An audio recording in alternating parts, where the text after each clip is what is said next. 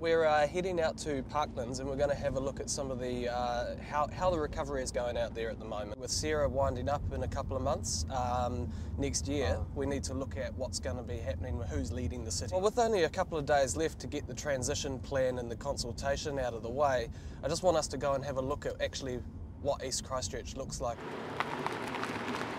You haven't won lotto, Seth. Hi, I'm Chris. Nice to meet you, John. Good day. John, do you feel a part of the recovery here? No. We need the footpaths fixed and we need the roads fixed, but they can't do that till they get the sewerage system fixed, and we don't know when the sewerage system is going to be fixed. So we just wait and we wait. We hear a hell of a lot about the CDB, but we have no plans at all about here. If there's a plan, we've been saying this ever since we first started and all of this work 4 years ago, we've been asking for to see a plan. If you knew what was going to be happening, you could take it, you know. Can they not fix the places up for the kids and then argue about who's going to be paying for what? You know, we're dealing with people. Well, how do you feel about the recovery and how it's going in Christchurch so far since the earthquakes? Really slow. I feel like it could be better. Yeah. Well, what could be better? There's so much of Christchurch that could already be fixed, but they've been focusing on other things that aren't entirely important, like the flag. Spending so much money on a flag that doesn't really need to be changed when they could be putting it in for all of the brokenness in the city. As young people, there needs to be more stuff to do. Just more places for young people to go.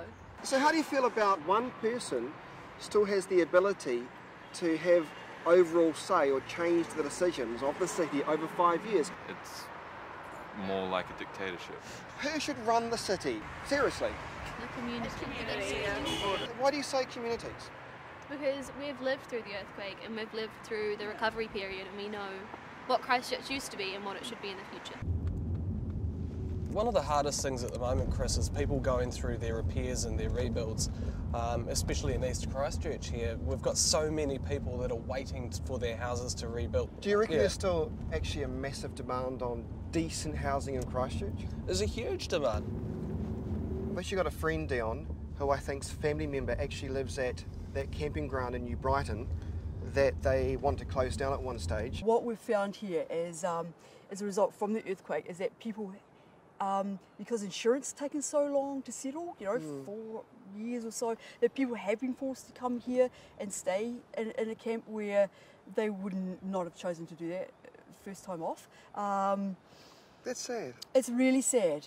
It's really, really sad. For us, we've made a conscious choice and we've adapted to that and we love it, and we'll fight tooth and nail in order to save that. One of my fears would be having to go out into the market, try and find a place that I can't afford.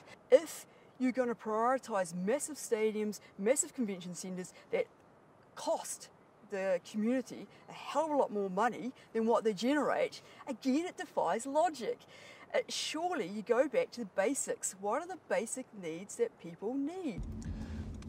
We don't know so much about what's going on in the central city. I mean, there's buildings sitting up here that we don't know. We get told what the plans are. We just get told. Hi, I'm Chris. Nice to meet you. Johnny, how's it going? G'day, Johnny, how are you? So Johnny, how are things going here in the central city? I think things are just taking a lot longer than anyone thought was going to happen. So it's just that it's dragging on. It's time.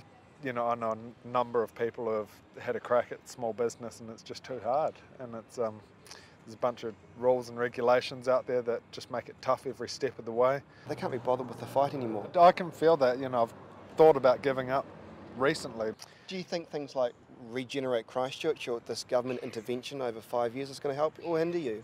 I was one of those people after the earthquakes that said, what an opportunity, and I just now find myself worrying that those opportunities have been missed. I think it's just a standard old rebuild of a city, and it seems to just be a case of rich guys helping out other rich guys to get richer, and meanwhile Joe Public gets no say in it. But aren't you supposed to be the beneficiary of some of these massive projects? Because there's the old argument, Johnny, that build and they will come. Yeah, but knock down and not build and nothing happens. I'm still involved with EQC with my house. I've got nothing happening there. Every day I'm fighting with someone or other with my business, and I think if I didn't have good support structure around me, I would have given up and just left. So what do you think of what you've seen today?